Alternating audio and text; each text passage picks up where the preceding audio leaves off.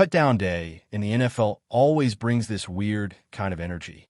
Not quite dread, but definitely not excitement either. It's that moment in the preseason when the dreams of dozens of players either take flight or crash hard. But let's be real, the majority of the guys getting cut today, they're not gone for good. Most of them are going to be back in the building tomorrow wearing the same colors, just with a little practice squad, labels slapped on their lockers. It's this revolving door that makes analyzing roster cuts a little silly sometimes. You're not talking about your starting quarterback or your number one pass rusher. You're talking about the guys fighting tooth and nail for spot number 51, 52, maybe 53. That being said, there's storylines. And every once in a while, one of those stories makes you stop and say, wow, that guy earned it. That's exactly what happened with the Steelers punter battle. Yeah, the punter battle. Go ahead and roll your eyes if you want, but that competition was one of the best things to come out of this training camp. Two absolute units at their craft. On one side, you had Cameron Johnston, the vet, the technician, the guy who's been booming it for years. On the other side, Corliss Whiteman, who, let's be honest, most people barely noticed when he rejoined the team last season in Denver after Johnston went down with a nasty leg injury. And what did Whiteman do? He stepped in and balled out. Not flashy, not over the top, just cold, professional, consistent punting. The kind that pins teams inside the 20 without breaking a sweat. I remember watching him through the back half of the season thinking, this dude has ice in his veins. And then training camp rolls around, and it's on. Johnston versus Whiteman. Old school versus new school. Bombs versus finesse. You'd see Johnston get up and launch these skyscrapers into the sky. I mean, Ponceau, massive people in the stands were reacting like someone just threw a Hail Mary touchdown. Then Whiteman steps up and just drops absolute surgical strikes. The kind of punts that don't get cheers because people are still trying to figure out how the ball just stopped dead inside the 5. That contrast was beautiful to watch. It reminded me of watching two pitchers go at it during a spring training game. One guy throwing absolute gas, 100+ miles per hour, high heat, crowd pleaser stuff. The next guy, throwing nothing but off-speed junk, curveballs, change-ups, sliders, and getting strikeouts just as easily. That was the energy between Johnston and Whiteman. And in the end, the finesse won. Not because Johnston failed. Far from it. He was incredible. But Whiteman simply out-executed him in every phase that mattered. Directional kicks? Check. Inside the 20? Locked in. Trick punts. You know, those end-over-end flips that die right at the goal line? Mastered. This wasn't about money. This wasn't about age. It wasn't even about potential upside. It was just about results. Pure merit. And the Steelers made the kind of decision every fan should love to see. The better guy won. That's it. Hats off to both of them. And wherever Johnston ends up, and trust me, he will end up somewhere, he's going to be just fine. Now, aside from the punter drama, there were 13 total cuts made after yesterday's practice. One of the more surprising names? Linebacker Mark Robinson. Now, if you know anything about Robinson's game, you know he's not the most refined player in coverage. In fact, coverage might be his weakest link. But man, the dude hits like a truck. He's one of those throwback types. A heat-seeking missile with zero hesitation. Every time he stepped on the field, you could feel that energy shift. So yeah, seeing him get cut raises eyebrows, but it wouldn't shock me if he's back in black and gold via the practice squad. Another guy I want to shout out, and this might only resonate with the diehards who followed camp closely, Max Harlow. Yeah, Max. Just one of those gritty, never takes a play off, lives and breathes football guys. If you've been around this sport long enough, you recognize that archetype instantly. He's the kind of player who might not wow scouts at the combine, but you give him a helmet, a playbook, and a field, and he makes things happen. Max was a St. Vincent College hero, and whether it's here or elsewhere, I'd bet on him sticking around the league in some form. But the reality is 13 guys down means 13 more to go. The Steelers, like every other team, have to be at 53 players by today's 4 o'clock Easter deadline. And that final wave of cuts is where things start getting strategic. That's when you see IR stashes, late trades, surprise placements. All the little chess moves that guys like Omar Khan and Andy Weidel specialize in. But honestly, I'm not sweating it. I'm really not. Because at the end of the day, you can cut and reshuffle all you want, but it comes down to one thing: the starters. Your 22 guys on offense and defense. That's who defines your season. And as we sit here today, the Steelers are in a pretty solid spot. There are really only two positions that raise red flags for me when I look at that depth chart. The first, and probably the most obvious, is the wide receiver room behind DK Metcalf. And no, that's not a typo or a hot take. It's just the truth. Metcalf is a monster. Everyone knows that. But beyond him, there's not a lot of certainty. Depth matters in this league. One injury can tilt your whole offense sideways. You need at least 3 guys you trust out there catching balls on a consistent basis. Right now, I'm not sure Pittsburgh has that. The second concern, and this is one that flies a little more under the radar, is backup offensive tackle. It's not sexy. It's not going to trend on Twitter. But if you're trying to build a playoff-caliber football team, you cannot ignore the edges of your offensive line. Starters are great. Everyone loves a solid left tackle. But the moment that guy gets rolled up on and limps off the field, you better have someone ready who doesn't fold under pressure. And right now, that guy does not exist on this roster. I know that. The Steelers know that. It's the reason they're actively hunting for one. The kind of hunting that doesn't end at 4 o'clock today. It keeps going. Guys are going to be released around the league. Talented offensive tackles. The rare ones who don't completely suck are going to hit the market.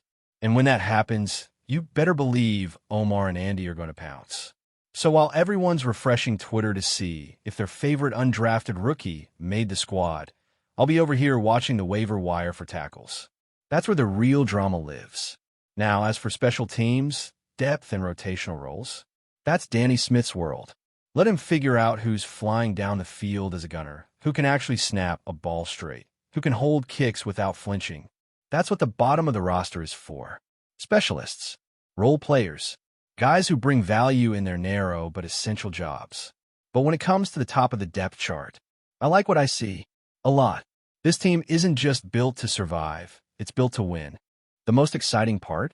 The coaching staff knows exactly what they have. Arthur Smith has been scheming ways to weaponize this dude since day one.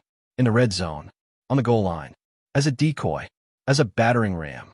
Washington has looked sharper, quicker, more confident this offseason. The knock last year was that he struggled with the transition after the catch. That awkward beat where he'd come down with the ball and kind of freeze, unsure what to do next. That's gone now. You see him catch, plant, and turn upfield like a man on a mission. And the beauty of it is, he doesn't need to juke anybody. He doesn't need to spin or shake. He just has to move. Straight. Forward. That's it. Let the cornerbacks make their business decisions. What's even more telling is how the team responded after bringing in Johnny Smith. Most assumed Washington would take a back seat, that he'd get buried behind a veteran tight end with proven production. Nope. The very next practice, all the red zone reps, all the goal line packages, all the designed looks for Washington were still there. They hadn't changed a thing. If anything, it was a statement. We believe in this guy. And that confidence has only grown. As for Jonnu, honestly, I don't know where he fits yet. He's barely practiced, didn't do much in team drills. So for now, it's Washington's show, and I'm here for it. What's going to be really interesting in the next couple of weeks isn't just how Darnell Washington is used, but how that tight end room evolves as a whole. It's easy to think of it as a one-man show, especially with the physical presence Washington brings to the table. But the Steelers aren't looking for just one-dimensional blockers or red zone threats. They want versatility, and Washington is starting to show exactly that. You don't see a guy his size casually moving through the playbook and picking up responsibilities like this without serious coaching attention and an intentional plan. It's clear he's not just some gadget player. He's being prepped for something bigger. And let's be honest, that fits exactly with Arthur Smith's DNA as a play caller. Look back at what he's done in past offenses, and you'll see a common thread. Multiple tight ends, power sets, layer formations, and a lot of misdirection build off of heavy personnel. That doesn't work unless you have tight ends who can sell every element of it. Blocking, route running, post-catch mobility, it all matters. Washington is starting to deliver on all 3 fronts. His growth from year 1 to now might actually be the most underrated development in this whole offense. Now, while we're on the subject of evolving players, let's talk about something that hasn't been discussed nearly enough. The internal competition among the second-tier guys. Not the fringe roster cuts. I mean the next men up. The ones who might not start week 1, but could be one injury away from 35 snaps in prime time. That's where championship depth is built. Guys like these don't always make headlines, but they win you ball games in November and December. The Steelers, to their credit, have quietly built a roster where that second tier, at least in most positions, is finally solid. Look at the running back room, for example. Najee Harris is your lead horse. No surprises there. But behind him, Jaylen Warren has emerged as a legitimate weapon. Not just a backup, not just a change of pace. He brings his own style, his own tempo, and the offense looks different when he's on the field. That's not a bad thing. It gives defenses a new look, a different rhythm. That's what you want from your RB2. Same goes for the tight end group. Even beyond Washington and Jonnu, you've got guys who've shown real flashes, whether it's in blocking schemes, short yardage sets, or even special teams. That depth matters. And don't think for a second the coaching staff hasn't been evaluating every single rep. This isn't just about talent. It's about trust. Coaches need to know who's going to do the right thing in the right moment. That's why these final cuts can be deceiving. A player might have all the athletic tools in the world, but if he's lining up wrong or blowing his assignment in walk throughs, that's a problem. Football IQ matters. Knowing your role, executing it every time. That's what earns you a job in the NFL. That's what gets you onto that final 53. Now, if we zoom back out to the big picture, this team, this roster, this coaching staff, it's starting to feel like everything is syncing up. There's a sense of purpose around the Steelers right now. Not hype, not noise, but purpose. You can feel it in the way they're making decisions. Smart, calculated moves. No panic. No wasted roster spots. No playing favorites. Every position battle feels real, and every player who makes this team is going to have earned it. That's a reflection of leadership from the front office all the way down through the positional coaches. And it's a culture thing, too. The locker room is tight. Guys are bought in. That doesn't happen everywhere. What's going to be key from here is how they address the final gaps. Like we talked about earlier, wide receiver depth and offensive tackle are the two big ones. There's still time to make something happen, whether that's a waiver claim, a small trade, or waiting to see which veterans shake loose. There's always movement in this final stretch before week 1. If they can land a reliable swing tackle, not a project, but a guy who can step in and start in a pinch, that changes the equation completely. Same with wideout. You don't need another number 1. You just need someone who can take pressure off the top guy and keep the chains moving when coverage tightens up. A solid WR3 with good hands and field awareness can make a huge difference. And while those moves are brewing behind the scenes, the players on the current roster are getting locked in. You can sense the shift in mentality. Camp is over. The evaluation phase is closing. Now it's about sharpening what you've got, installing the real offense, setting the tone, building chemistry. It's a different vibe entirely from early August. Less testing, more focus. And that's when you really start to see who this team is going to be. One thing that stands out to me right now is how physical this team looks, not just in the trenches, but all over the field. The defense in particular has that mean streak. You've got linebackers who hit with bad intentions, safeties who close space in a blink. Even the corners are stepping up with that aggressive edge that's defined great Steelers defenses in the past. But what's even more encouraging is that they're playing smart physical football. Not reckless, not dirty, just controlled violence. That's when you know your defense is dialed in. When they're punishing guys without racking up flags or missing assignments. That's the difference between a good defense and a dominant one. And speaking of dominance, let's circle back to the offensive side for a second.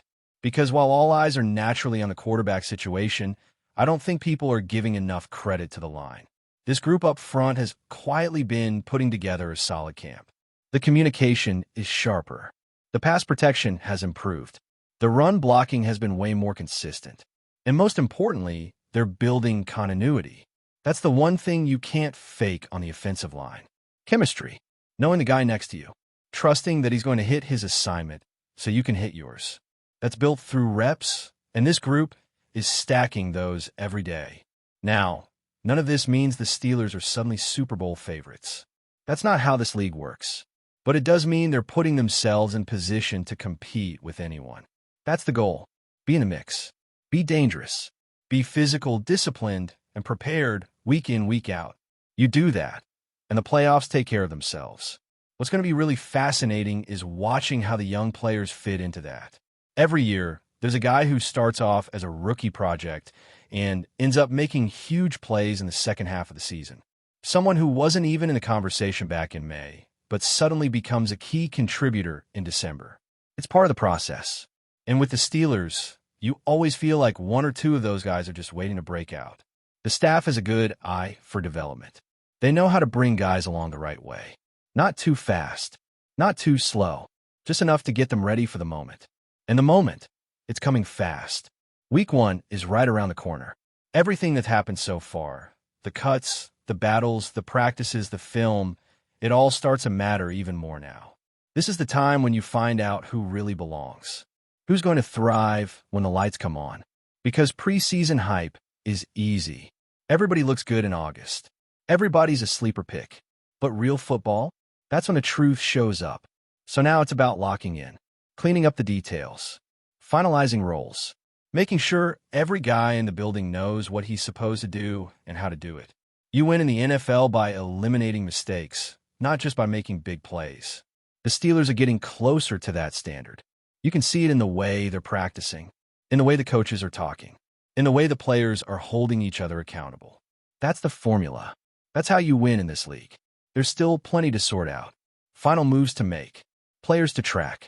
But if you're a Steelers fan right now, you have every reason to feel confident, not just because of the talent on the field, but because of the direction this organization is heading.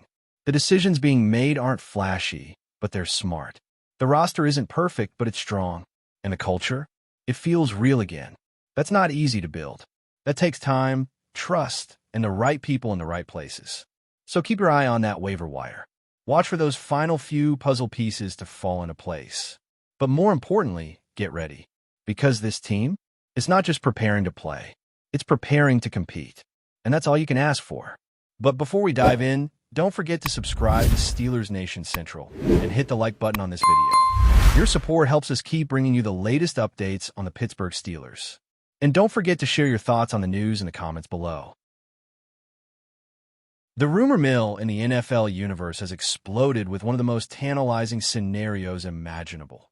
The Pittsburgh Steelers reportedly bringing together TYREEK Hill, one of the fastest and most elusive wide receivers the league has ever seen, with Aaron Rodgers, a quarterback whose precision, football IQ, and uncanny ability to read defenses have long made him one of the most feared leaders on the field. Imagine Hill, nicknamed the Cheetah for his breakneck speed, streaking down the field, leaving cornerbacks grasping at air, while Rodgers delivers his signature perfectly timed, pinpoint accurate throws. According to sources who insist on remaining unnamed, this hypothetical pairing has generated a buzz among NFL insiders that is almost unprecedented, with scouts and analysts alike debating just how unstoppable this combination could be.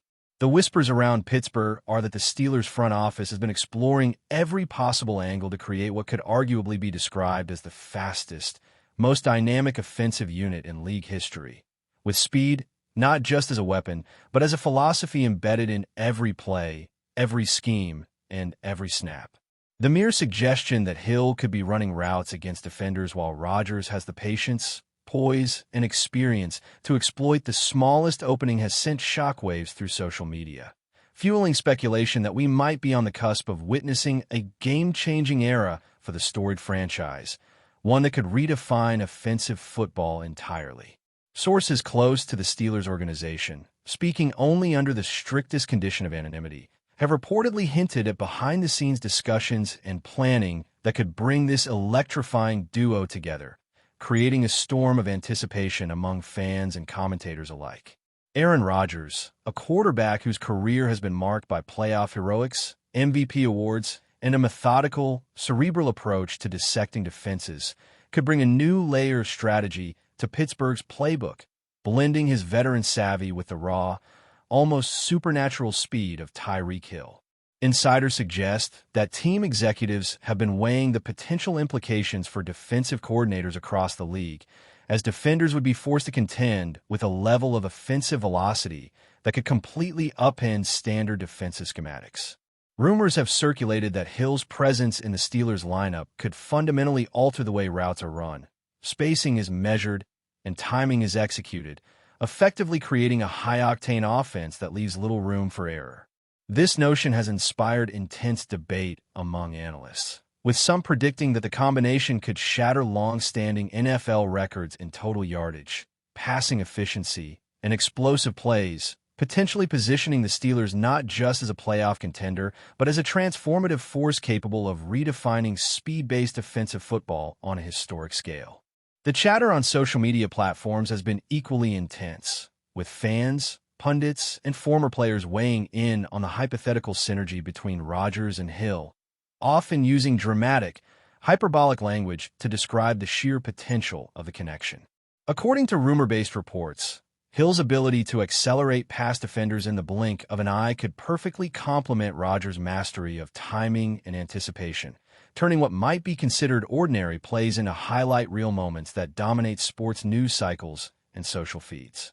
The idea of pairing one of the fastest receivers in NFL history with a quarterback capable of threading impossible passes through minute windows has ignited a frenzy of speculation, ranging from potential scheme adjustments to the broader impact on AFC North defenses, who would suddenly face a new nightmare scenario each week. Insiders suggest that this explosive pairing could lead to rethinking coverage strategies, forcing defensive coordinators to prioritize speed over traditional techniques, which could ripple across the league, fundamentally altering how opponents approach the Steelers' offense. Even the most cautious analysts admit that the mere suggestion of this combination is enough to generate serious conversation, with some positing that it could be a blueprint for the future of football, a fusion of agility, intelligence, and precision that challenges decades of conventional offensive wisdom and threatens to make the Steelers' attack the fastest, most dangerous in league history. Amidst these swirling rumors, the narrative surrounding Pittsburgh's potential roster moves has taken on a tone reminiscent of Hollywood storytelling, with dramatic tension, high stakes, and the allure of witnessing history in the making. Speculative reports indicate that the Steelers' coaching staff, known for its tactical acumen and innovative schemes, could be laying the groundwork to maximize the value of a Rodgers to Hill connection, potentially creating an offensive juggernaut capable of overwhelming any defense with sheer speed and precision. The idea is that Rodgers' ability to manipulate defensive alignments, paired with Hill's unmatched acceleration and route-running craft, could result in a tempo and explosiveness rarely seen, turning every game into a high-intensity showcase that demands attention from fans, commentators, and opponents alike. The rumor culture has also fueled conjecture about potential ripple effects on other positions, as running backs, tight ends, and slot receivers might benefit from the attention Hill draws, creating additional space and opportunity for the offense to operate at an unprecedented velocity.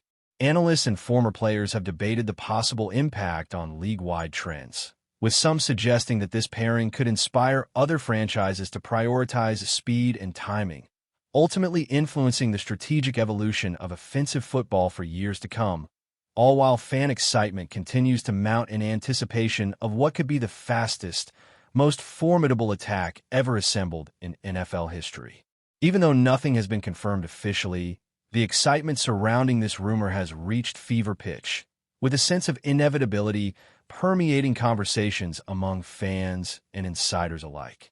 The mere concept of TYREEK Hill weaving through defenders while Aaron Rodgers surveys the field with veteran poise has created an irresistible allure, compelling analysts to imagine record-breaking plays, highlight reel touchdowns, and a sustained offensive dominance that could leave the league in awe. Discussions extend beyond pure performance, touching on the cultural impact within the NFL, as a partnership like this could symbolize a shift toward more dynamic, speed-centric strategies that redefine how football is conceptualized, executed, and appreciated by fans. Enthusiasts speculate on the possible statistical explosions, imagining milestones being shattered in passing yards, yards after catch, and deep ball completions, while commentators dissect the hypothetical implications for rival teams, playoff positioning, and the potential for a legacy-defining season in Pittsburgh. That's it for this update. If you enjoyed the video and want to keep receiving exclusive news about the Pittsburgh Steelers, make sure to subscribe to Steelers Nation Central and give this video a like. We always look forward to hearing your comments and opinions. See you in the next video.